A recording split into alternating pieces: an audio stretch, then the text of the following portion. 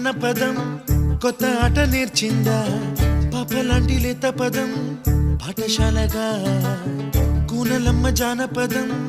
పల్లె దాటి వచ్చిందా చవళిల జానతనం పాట చూపగా కుంచెలో తాగే చిత్రాలు ఎదురొచ్చేలా అంతటా